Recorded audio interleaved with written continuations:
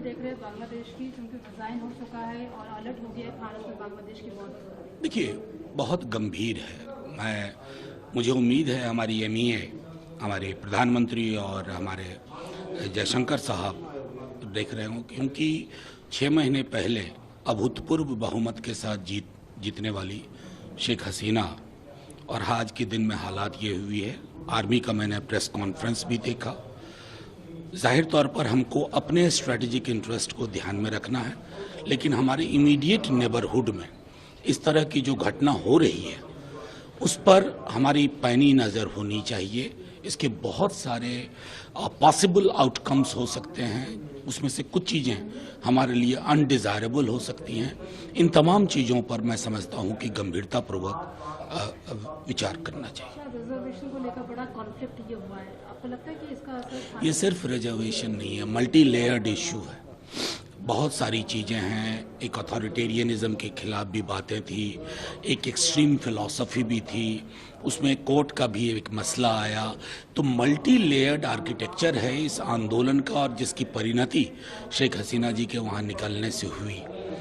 मतलब ये कभी सोच नहीं सकते थे हम कि बांग्लादेश के निर्माता शेख मुजीबुर रहमान, उनकी प्रतिमा को जिस तरह से छत विछत किया जा रहा है। तो इस आंदोलन को भी समझने के लिए सिर्फ बैठ करके एक विजुअल से नहीं समझा जा सकता, बहुत गहन चिंतन की आवश्यकता।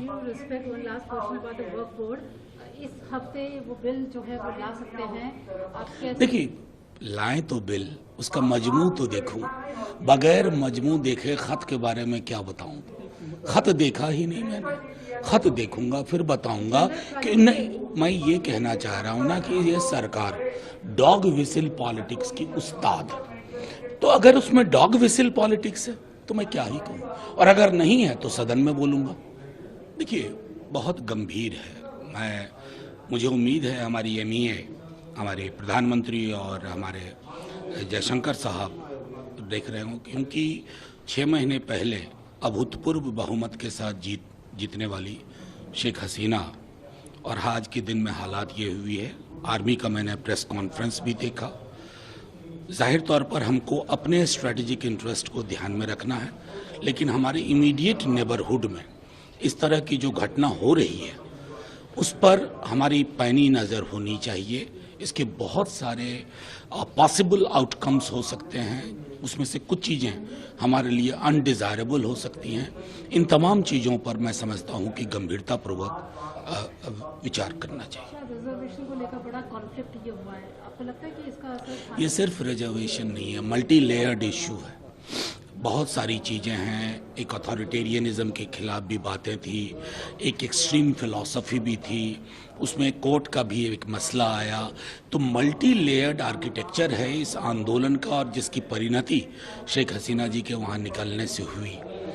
मतलब ये कभी सोच नहीं सकते थे हम कि बांग्लादेश के निर्माता शेख मुजीबुर रहमान, उनकी प्रतिमा को जिस तरह से छत विछत किया जा रहा है। तो इस आंदोलन को भी समझने के लिए सिर्फ बैठ करके एक विजुअल से नहीं समझा जा सकता, बहुत गहन चिंतन की आवश्यकता।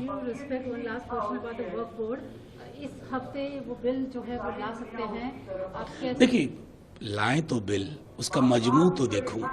बगैर मजमू देखे खत के बारे में क्या बताऊं? खत देखा ही नहीं मैंने। खत देखूंगा फिर बताऊंगा कि नहीं। मैं ये कहना चाह रहा हूं ना कि ये सरकार डॉग विसिल पॉलिटिक्स की उस्ताद है। तो अगर उसमें डॉग विसिल पॉलिटिक्स है तो मैं क्या ही कहूं, और अगर नहीं है तो सदन में बोलूंगा।